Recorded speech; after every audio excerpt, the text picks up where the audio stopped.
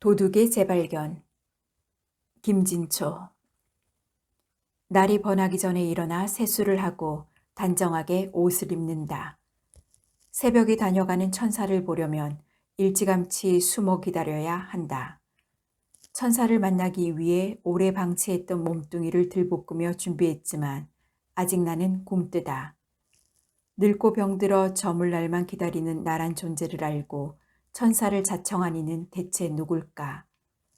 지팡이를 짚고 마당으로 내려서는데 나도 모르게 비명이 새어나온다. 엄마, 다리야. 다 살고 내려오는 인생이 더 아프다는 걸 다리가 가르쳐준다. 관절염은 올라갈 때보다 내려설 때 더 아프다. 하긴 다리를 많이 쓰고 산 인생이기는 하다. 평생 재봉틀에 앉아 까딱까딱 발판을 굴렀다. 한복집부터 시작해 커튼집, 홈패션집, 수선집. 재봉틀로 박는 거면 뭐든 가리지 않았다. 그렇게 재봉질을 하면서도 정작 내 식구들은 어째 단단히 박지 않았는지 참으로 모를 일이다. 집안은 고요하다. 담장을 넘어다 보니 2층 주인집 아들 소나타가 담장에 바짝 붙어 있다. 천사는 과연 어떤 모습으로 찾아올까? 가슴이 뛴다. 1년 전부터 천사가 찾아왔다. 초하루와 보름, 한 달에 딱 2번 어김없이 찾아왔다. 천사는 초인종을 울려 나를 불러냈지만 나는 천사를 만날 수 없었다. 초인종이 2층 주인집 전용인 까닭이다. 아래층에 사는 나와 미스오는 혼자 사는 처지라 따로 초인종을 달지 않고 각자 열쇠를 가지고 다닌다. 천사는 아직도 내가 2층에 사는 줄로 아는 사람인지도 모르겠다. 새벽부터 도대체 누가 장난질을 하는지 모르겠어요. 천사가 2번 다녀간 뒤 주인 여자가 투덜거렸다. 2층 초인종은 얼굴이 보이는 신식인데 초인종이 울려 확인하면 얼굴이 보이지 않았던 것이다.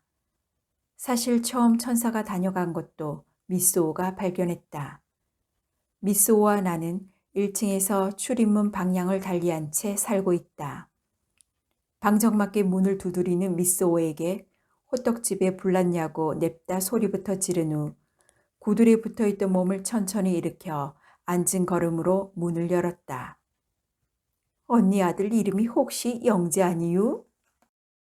미스오 손에 종이 박스가 들려 있었다. 대문 앞에 빈 박스가 있길래 또 누가 가져다 놓은 줄 알고 무심히 들었는데 묵직하더라는 것이다. 해서 자세히 보니 수신인의 영재 어머니 기하라고 적혀 있어 가져왔다는 얘기였다. 미스오는 재활용품을 모아 팔았다. 독거 노인인 미스오를 딱하게 여긴 골목 사람들이 종종 빈 박스나 빈 병을 대문 앞에 갖다 놓곤 했다. 사지 육신이 고장난 나는 그런 미스오가 부럽기만 했다. 미스오는 어버이날 노인잔치에서 만난 친구다. 그때는 지팡이의 의지에서나마 발을 뗄 수 있어 날이 좋으면 바깥 출입을 종종 했다. 점심이나 때울 양으로 부녀회에서 마련한 노인잔치에 갔는데 내 또래로 보이는 망구가 심상치 않아 보였다. 망구는 노랗게 물들인 파마머리에 쥐잡아 먹은 입술을 하고 있었다. 옷차림은 더 가관이었다. 다 늙어 빠진 망구가 애들처럼 딱 달라붙는 검정 쫄대 바지에 포대자루같이 헐렁한 빨간 티셔츠를 입고 엉덩이를 실룩이며 볼썽사납게 돌아치고 있었다. 괜스레 눈만 버리는 것 같아 외면하는데 주책바가지 망구가 턱하니 내 앞에 오더니 자글자글 주름을 잡고 윙크까지 하면서 코맹맹이 소리를 했다.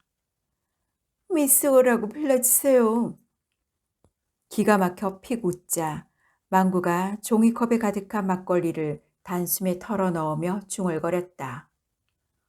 나이를 안만 먹어도 시집 안 갔으면 미스 아닌가요? 그 뒤로 나는 그녀에게 기분 좋으면 미스오 아니면 망구라 불렀다. 동네에서 미스오는 제법 유명인이다. 특별한 차림새도 그렇지만 그렇게 튀는 모습으로 당당하게 재활용품을 주우러 다녀서 더 유명했다. 이것도 엄연히 직업인데 출근할 때 치장을 하고 나서야 예의잖아. 안 그래 언니? 터진 입이라고 말인즉슨 옳았다. 입은 거지는 얻어먹어도 벗은 거지는 못 얻어먹는다지 않는가. 처음에는 거북하고 눈꼴 사납던 망구가 자꾸 보자 그런 대로 적응이 되고 때로는 주책바가지 망구로 인해 기분 전환까지 되었다. 망구 말 맞다나 나이는 숫자에 불과한데 지레 꼬리 내리고 세상 눈에 맞춰 사는 것도 신물나는 일이었다. 밤새 안녕이라고 언제 내려놓을지 모르는 목숨, 누가 뭐라거나 말거나 내키는 대로 사는 것도 늙은이의 특권 아닌가. 몸이 가벼운 미쏘는 하루 종일 동리를 쓸고 다니며 온갖 소식을 물어다 줬다. 언니, 아까 119 사이렌 소리 못 들었어? 우리 동네는 주택가라 장사치들의 마이크 소음이 꼬리를 물고 지나갔다. 예전엔 뜸하더니 건너편 아파트 단지에 외부 차량 출입이 금지되면서 더욱 기승을 부렸다. 미스오도 한때는 아파트 쓰레기장에서 재활용품을 모았다고 한다. 그때는 재미가 짭짤했는데 분리수거가 의무화되면서 아파트 경비들이 그 일을 도맡아 쫓겨났다. 날이 갈수록 없는 사람 살기가 폭폭해지는 세상이다. 이 동네는 없는 사람들만 모여 살아 그런지 없이 사는 장사치들의 소음을 탓하는 이도 없었다. 빨간 닭이 왔어요. 2마리 5,000원 하는 빨간 토종 닭이 왔어요. 빨간 닭이라니. 오글개는 들어봤어도 빨간 닭은 듣도 보도 못했다.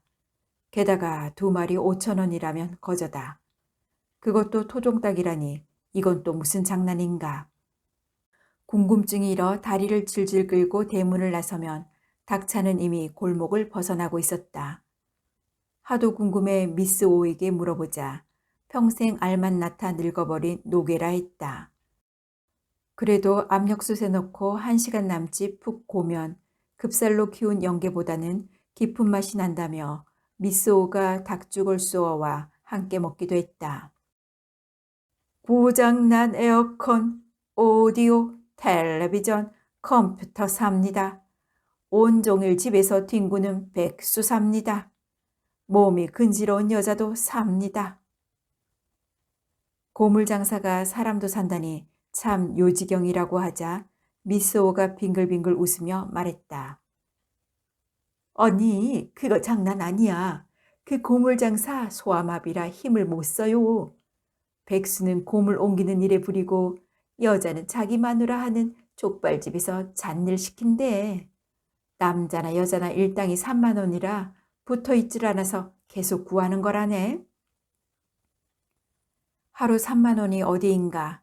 다리만 성하다면 그리고 붙여주기만 한다면 얼마든지 할 수 있을 터. 그것도 못하는 내 신세가 처량했다. 몸성한 젊은이들은 돈을 따지느라 못하고 늙은이들은 다문 몇 푼이 아쉬워도 몸이 안 따라주어 못한다. 젊은 게 벼슬은 벼슬이다.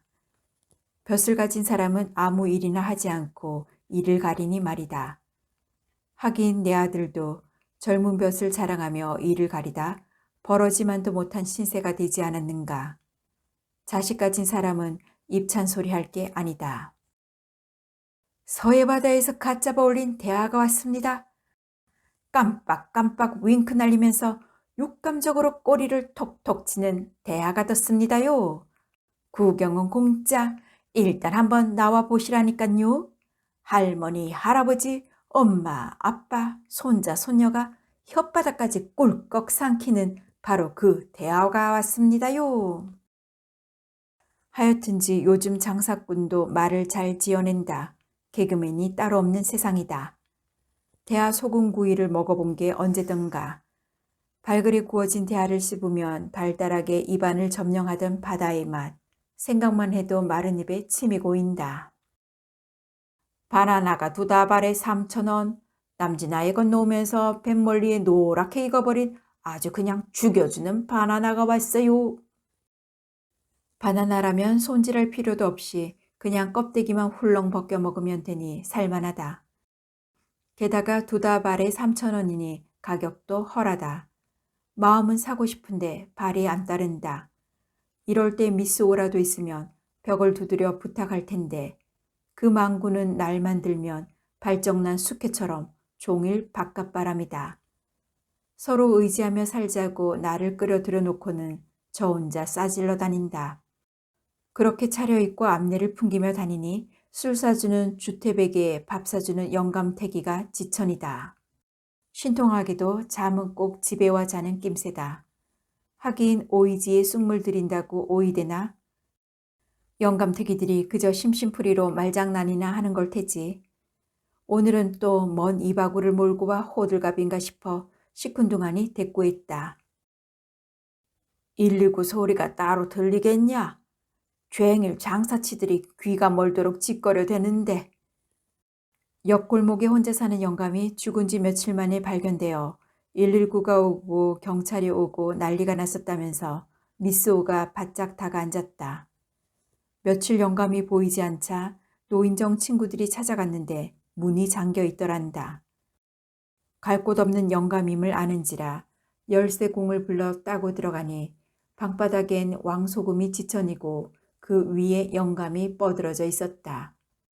집안의 양식은 아무것도 없고 여간용 작은 냉장고에 유효기간 지난 야쿠르트 몇 병만 있었다나 평소 고혈압이던 영감이 마지막 남은 돈으로 소금을 한 가마 사다가 일삼아 그것을 먹었나 보다며 미소가 눈시울을 붉혔다. 내가 그 영감 조금 아는데 무슨 사연인지 벙어리처럼 통 말을 않더라고. 그 영감도 나처럼 없는 이만 못한 자식을 두었는지 모르겠다. 언니, 내가 보기엔 분명 소금 자살이야. 고혈압엔 소금이 쥐약이다. 소금 더미에 누워 그것을 한 줌, 두 줌 집어먹으며 이를 악물고 죽음을 기다리던 영감. 참으로 지랄 같은 인생에 지랄 같은 죽음이다. 그러고 보니 새삼스레 미스오가 고맙다.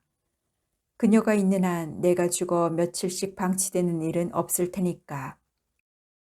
소금이 방부제 역할을 해서 그런지 시신은 깨끗했대요. 언니 이참에 우리도 소금 한 가마니씩 들여놓을까?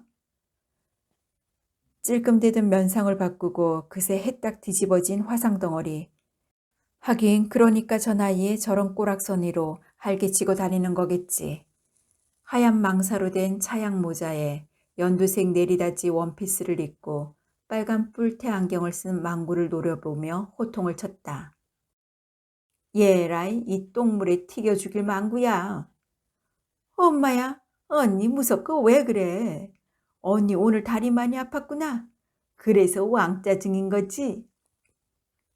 코맹맹이 소리로 엉겨붙는 그녀의 애교에 어이가 없으면서도 웃음이 나왔다.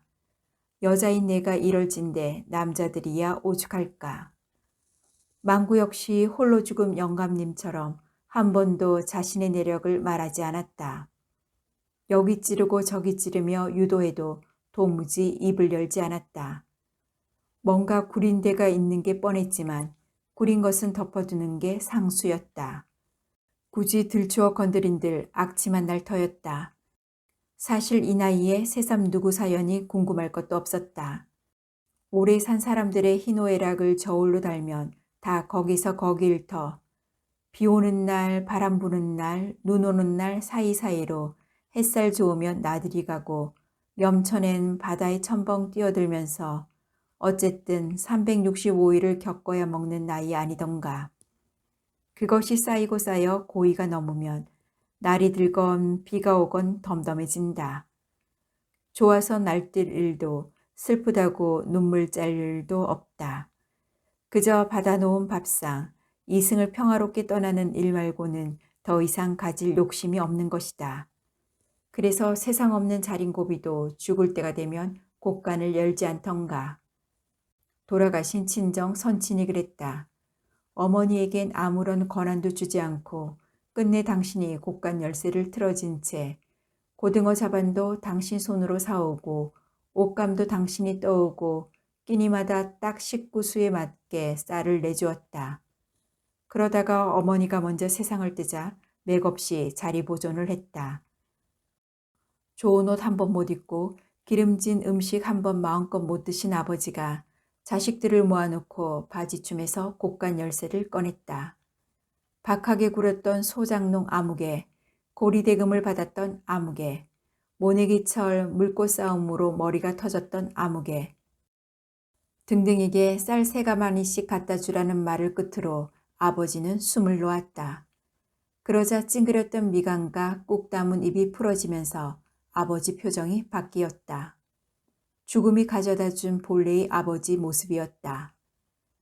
내게 선물을 보내는 이도 혹시 죽을 때가 된 사람은 아닐까. 나도 모르게 내게 마음의 빚을 진, 그게 아니라면 내게 뭘 보낼 사람이 당최 없다. 적어도 내가 영재 어머니란 사실은 아는 사람인가 본데 대체 누굴까. 포장 상태로 봐서 대단해 보이진 않았으나 궁금증은 일었다. 무게가 제법 나가는 걸로 봐서 불쾌한 선물도 아닐 듯 했다. 언젠가 소포가 왔는데 내게서 맞춘 한복으로 한 번도 입지 않은 진솔 깨끼치마였다. 나는 단박에 그것을 알아보았다. 자기 등 굽은 건 생각 않고 깨끼 적삼 등이 들린다며 몇 번이나 고쳐달라는 바람에 하골된 여자였다. 그런데 이번엔 치마를 보냈다. 직접 오지 않고 소포로 붙인 걸 보니 염치가 없긴 했나 보았다. 깡통 치마로 고쳐달라는 쪽지가 들어있었다. 여름이라 더우니 치덕거리는 꼬리 치마보다는 상큼하게 깡통 치마로 하자고 그렇게 권해도 원단이 아깝다고 굳이 꼬리 치마를 고집하더니 결국 이 사단이 난 것이었다. 구시렁대며 다시 뜯어 마름질하고 안팎 솔기를 곱슬로 바꿔 깡통 치마로 고친 뒤 아예 주소대로 배달에 나섰다. 그런데 막상 도착한 그 집엔 근조 등이 달려 있었다. 물건을 들고 어쩔 줄 모르다가 슬그머니 문상을 한 다음 상청 앞에 두고 나왔지만 내내 기분이 꺼림직했다. 재바른 미스오가 어느새 주방에서 가위를 찾아와 박스 테이프를 뜯고 개봉했다. 시뻘건 비닐봉지가 보이는 순간 섬뜩했으나 다행히 그것은 포기김치였다. 와, 언니도 김치 갖다 주는 사람이 다 있네. 혹시 며느리가 면목 없어서 몰래 두고 간 거 아닐까? 화분 옮기는 바퀴 의자를 타고 집안만 돌아다니는 나로서는 언제 누가 갖다 놓았는지 알 길이 없지만 며느리는 절대 그럴 위인이 아니었다. 자식 새끼 하나 있는 게 어쩌다 노름에 빠져 강원랜드에서 폐인이 되고 며느리는 나 몰라라 들여다보지도 않았다. 허름한 주택이나마 갖고 살 때는 살랑살랑 드나들며 전하의 효부인 양 아양을 떨더니 차츰 애들 학비가 어쩌고 저쩌고 아픈 데를 건드렸다. 집은 볼품없어도 돼지가 커서 제법 금이 나갔다. 별수 없이 집을 팔아 떼어주고 전세로 나앉았을 밖에. 그 길로 며느리는 발길을 끊었다. 가진 돈이 거들나자 산입에 거미줄 칠 수 없어 전세를 줄여가다 결국은 사글세로 옮겼다. 그게 하필이면 원래 내 집이던 이곳이다. 나보다 먼저 이 집에 새들어 살던 미스오가 자매처럼 의지하고 살자며 바짝 달라붙은 탓도 있지만 구옥이라 새가 헐해서 자존심이고 뭐고 팽개치고 들어왔다. 막상 미스오와 함께 살다 보니 그야말로 무자식이 상팔자였다. 완벽한 독거노인인 미스오는 여러 가지 복지 혜택을 누리고 있었다. 한 달에 40만 원인가 생활비도 지급되고 자원봉사자가 와서 집안 청소니 빨래도 해주고 아플 때 목욕까지 시켜주었다. 명절이나 무슨 이름 붙은 날은 선물도 들어왔다. 전기요금도 할인받고 전화도 공짜로 놓아주었다. 그중 제일 부러운 건 의료 혜택이었다. 작년 여름 미소는 대장암 수술을 받았다. 그렇게 큰 수술을 받고도 퇴원할 때 지불한 비용은 식대 몇천 원이 전부였다. 나는 쿡쿡 쑤시는 무릎을 주무르며 한숨만 쉬었다. 모진 게 목숨이라고 얼마나 질질 끌지 몰라 관절염 수술은 감히 꿈도 못 꾼다. 그저 있는 돈 아껴가며 연명하는 게 최대의 과제다. 아들도 며느리도 돌보지 않는 늙은이를 대체 어떤 천사가 챙기는 걸까? 미스오처럼 성당에 다니는 것도 아닌데. 미스오는 성당에서 장례도 치러준다는 말에 다니기 시작했다. 다리만 떨어지면 나도 다니고 싶었다.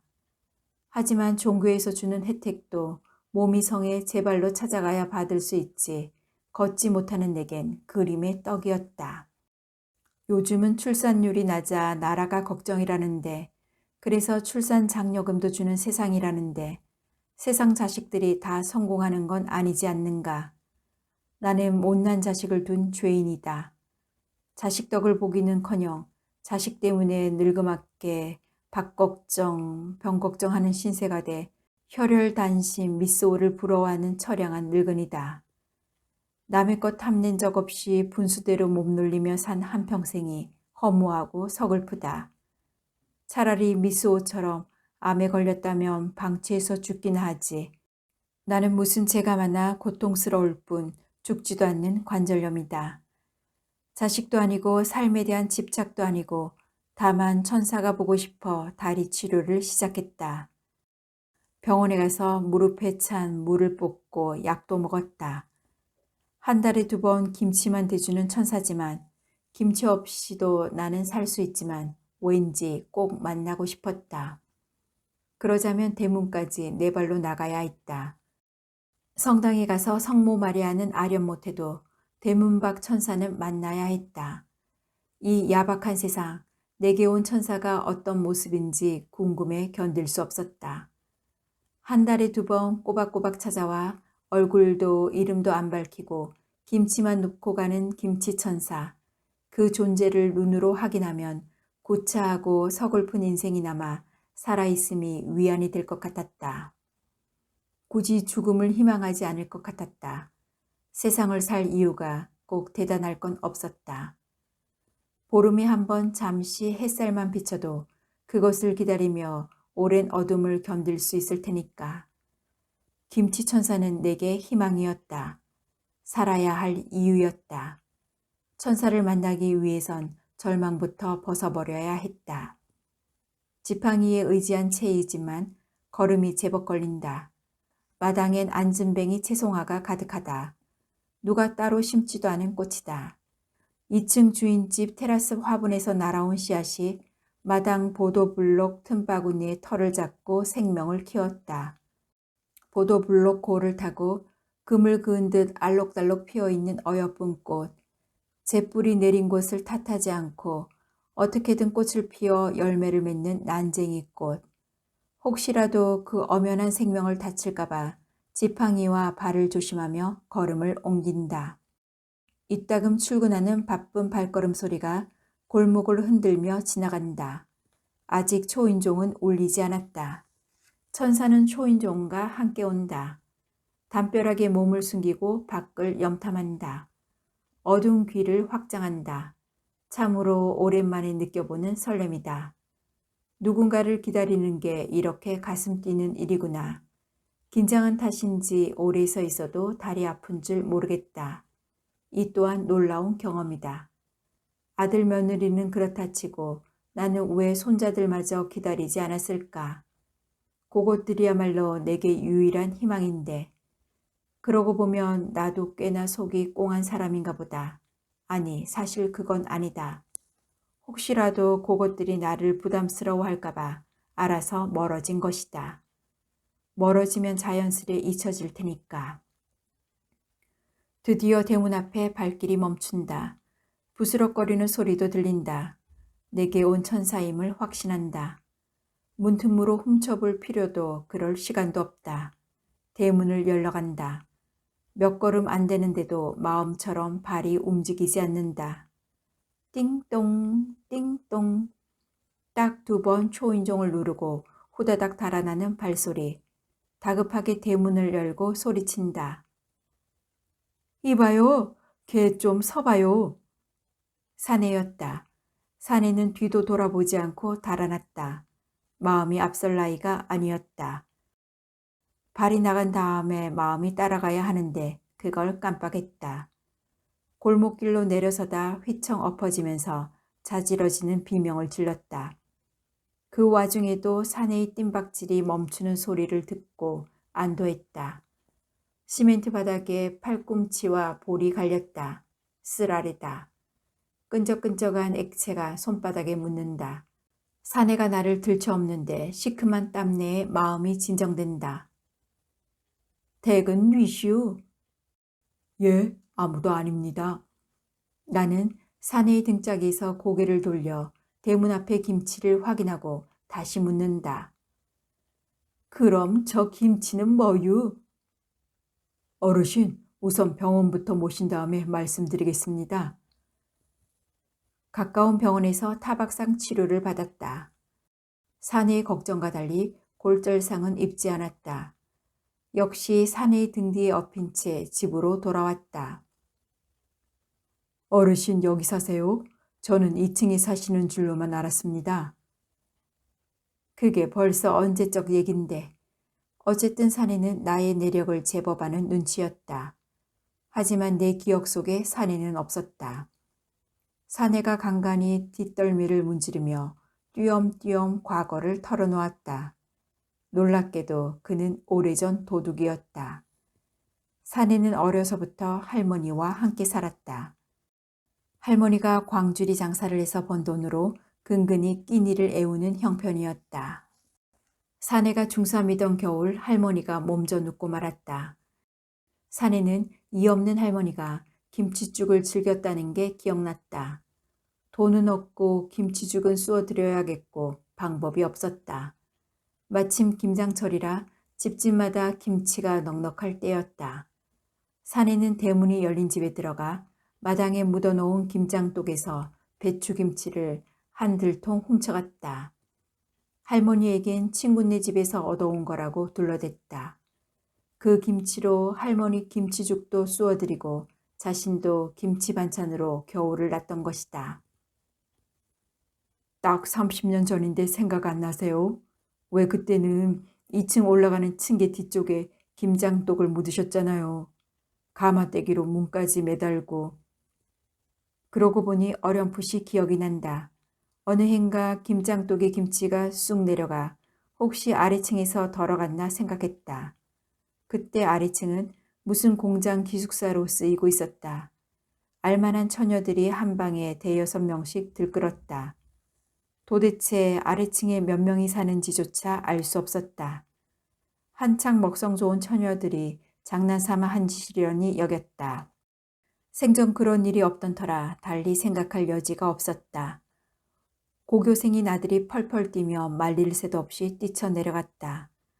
어쩌면 아들은 핑곗김에 처녀들 기숙사 구경이 하고 싶었는지도 모르겠다.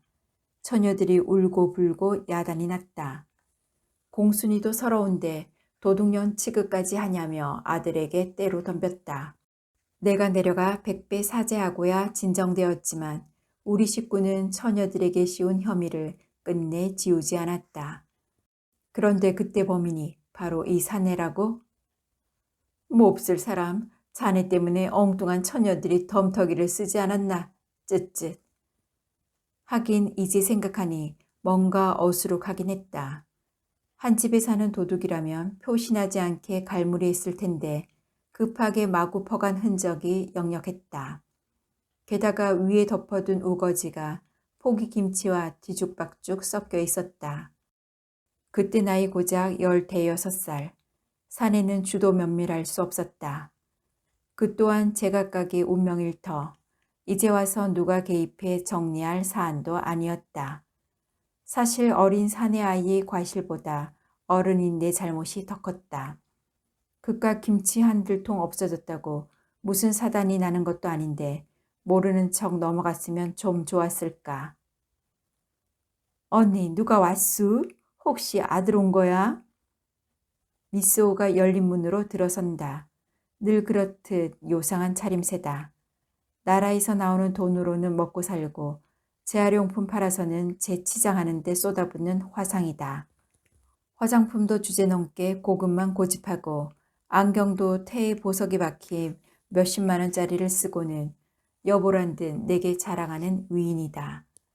나한테 무슨 낙이 있겠수. 이러다 죽으면 그만인데. 회딱거리는 그녀를 보며 선웃음이나 웃을밖에. 옛날식으로 치면 넉마주의 아닌가.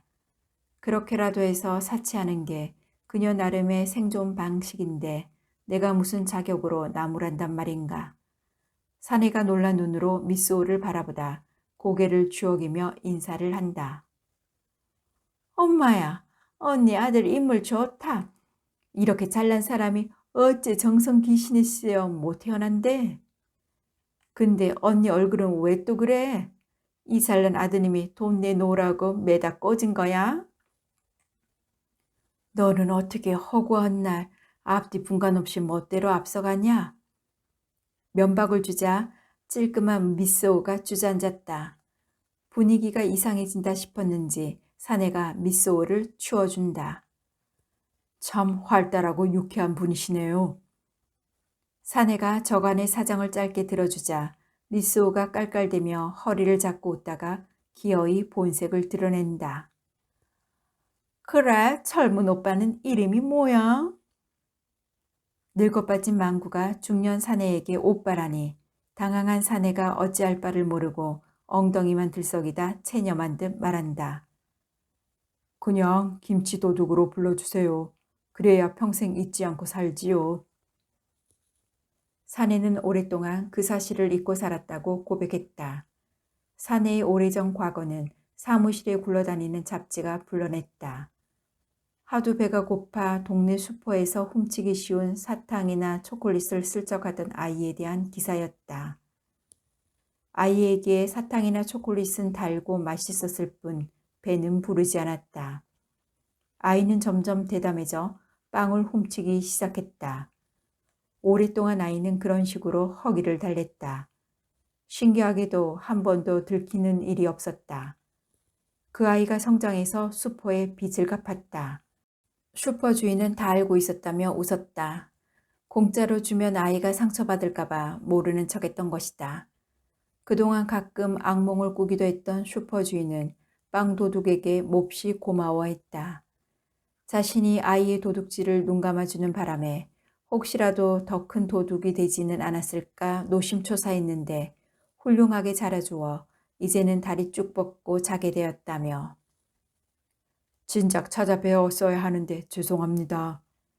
사내가 다시 고개를 조아렸다. 그래, 김치는 누가 담그는 거유? 보름마다 담그려면 그 수고가 적지 않은 텐데. 사내는 10여 년 전에 김치 공장을 시작했다고 한다. 그러면서도 김치 도둑 시절을 까맣게 잊고 살았다는 것이다. 어쩌면 그 시절을 상기하기 싫었는지도 모르겠다며 거듭 사과했다. 그럴 수 있다. 누구든 잊고 싶은 기억 하나쯤은 있을 테니까. 괜찮다고, 이제라도 찾아줘서 고맙다고, 성공해서 더욱 기쁘다며 치하하자 미스오가 또 퐁당 끼어든다. 아니 근데 젊은 오빠는 왜 맨날 포기김치만 갖다 주는 거야? 질리게 시리. 파김치, 총각김치, 고들빼기 김치, 갓김치.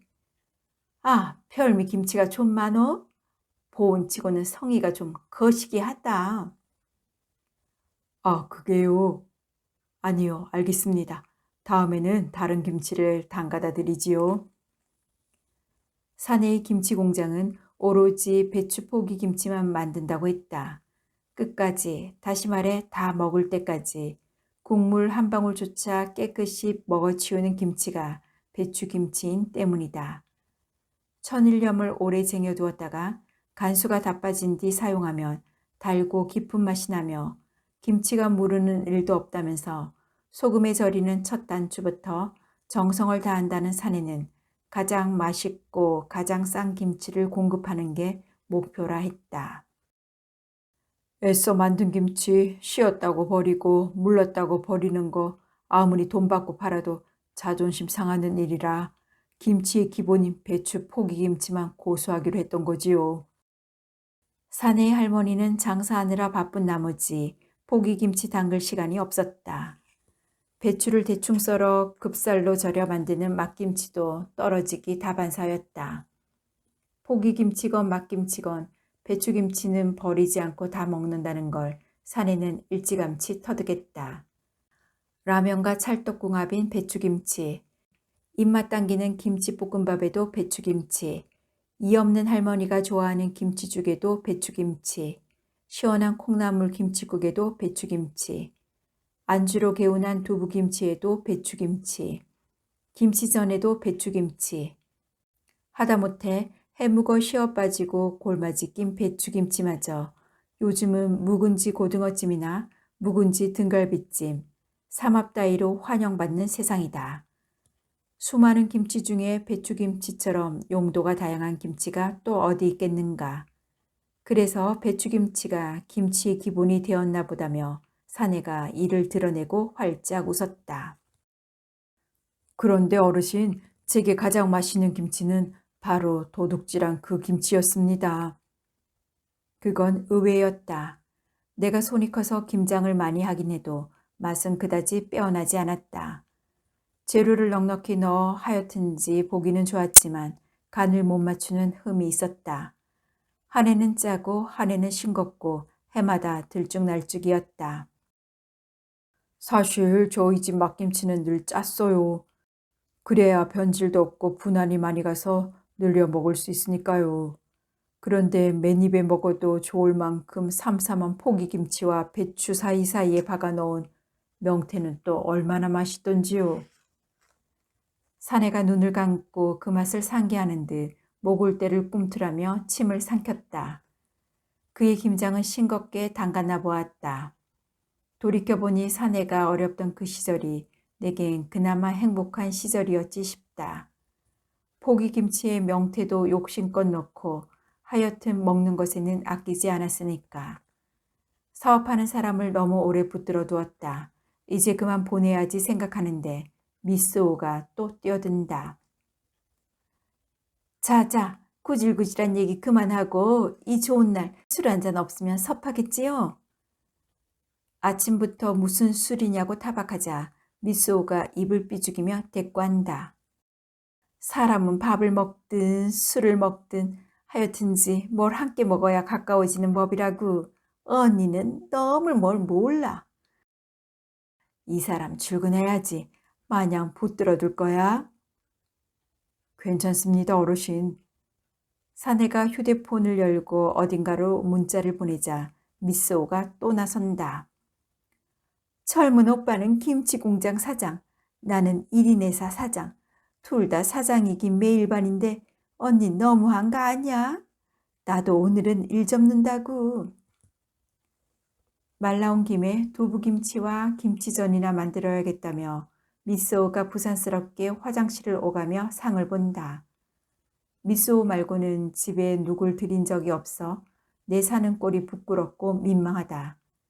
저놈의 망구는 남의 속도 모르고 뭐가 좋은지 혼자 신바람이 나서 또 돌아친다. 그래도 명색이 내 집에 온 손님인데 손 놓고 있을 수 없어 일어서는데 엄마 다리야 소리가 저절로 나온다. 사내가 불안한 얼굴로 나를 부축하자 미스오가 돌아다보며 손을 회해 젓는다. 뭐 손댈 게 있다고 언니까지 나서 언닌 됐고 젊은 오빠는 막걸리나 받아오시지. 사내를 내보내는 걸 보니 미스오가 이제야 불편한 내 신기를 읽었나 보다. 얘라 이 주책바가지 망구야. 요즘 세상에 어느 누가 화장실에서 만들어주는 음식을 먹는다더냐? 그냥 보냈으면 좀 좋아. 다리가 아픈 내게 입식 주방은 그림의 떡이라 부엌 살림을 아예 화장실 앞에 옮겨놓았다. 샤워기 줄을 늘인 뒤 화장실 문 앞에 다리를 쭉 뻗고 앉아 야채도 씻고 설거지도 한다. 이참에 저희가 진짜 천사인지 아닌지 시험해 보는 거지 뭐. 사내는 시험에 들지 않았다. 조촐한 주안상에 만족한 듯 건건이 작건이 떠날 생각을 안았다. 화장실에서 만든 안주도 덥석덥석 잘 먹었다. 술이 거나해지자 나는 열애가 되고 미스오와 사내의 대화만 이어졌다. 이 미스오가 술판에 자주 끼기는 해도 허리띠 풀어놓고 마시는 거 진짜 오래간만이거든. 저 엄마달 언니는 다 좋은데 술을 못 마셔요. 술 친구하면 딱 좋겠다 싶어서 함께 살자고 했는데 완전 허당이지 뭐야. 엄마들 언니라니요? 저 언니 엄마달이야. 소리를 입에 붙이고 살잖아. 사내는 자기 할머니도 말년에 관절염으로 고생하셨다면서 잠시 눈시울을 붉히다 얼굴을 털었다. 그럼 작은 어르신은 어떻게 불러드려야 할까요? 징그럽게 어르신은 무슨 말했잖아. 미스 오. 나는 죽어도 미스 오라고. 알았어? 저는 영원히 김치도둑이고요. 그렇지. 옷마들 언니는 어떤지 모르지만 난 김치천사보단 김치도둑이 훨 정감 있다. 알겠습니다, 미스 오누님. 좋겠다. 저들은 취할 수 있어서 좋겠다. 되는 대로 씨부리고 낄낄대니 좋겠다. 미스오가 잠마다 술을 채우더니 건배를 제의했다. 자, 오늘 처음으로 합친 우리 삼총사 옴마달 미스오 김치도둑의 기본을 위하여. 역시 천사는 천사다. 내 집에 술상이 다 차려지고 시끌벅적 건배도 하고. 그래, 이게 바로 사람 사는 기본일 게다. 사람한테 신세도 지고 형편되면 갖고 안 되면 말고 그러그러 살다가 시어 터진 배추김칫국을 한 방울까지 버리는 일 없이 알뜰히 먹어 치우고 그릇을 닦으면 될 터. 목숨도 고통도 마지막 한 방울까지 마셔야겠다. 그런데 왜 이리 배가 고프지? 시계는 벌써 오전 11시를 향해 기어오르고 있었다. 이봐 미쏘, 슬슬 시장기가 도는데 객적은 소리 그만하고 김치죽 좀 쏘어봐라. 미쏘가 눈을 흘긴다. 만날 영감탱이들을 하고만 놀다가 젊은 사내와 함께하니 사족을 못쓰고 엉겨붙는 눈치다.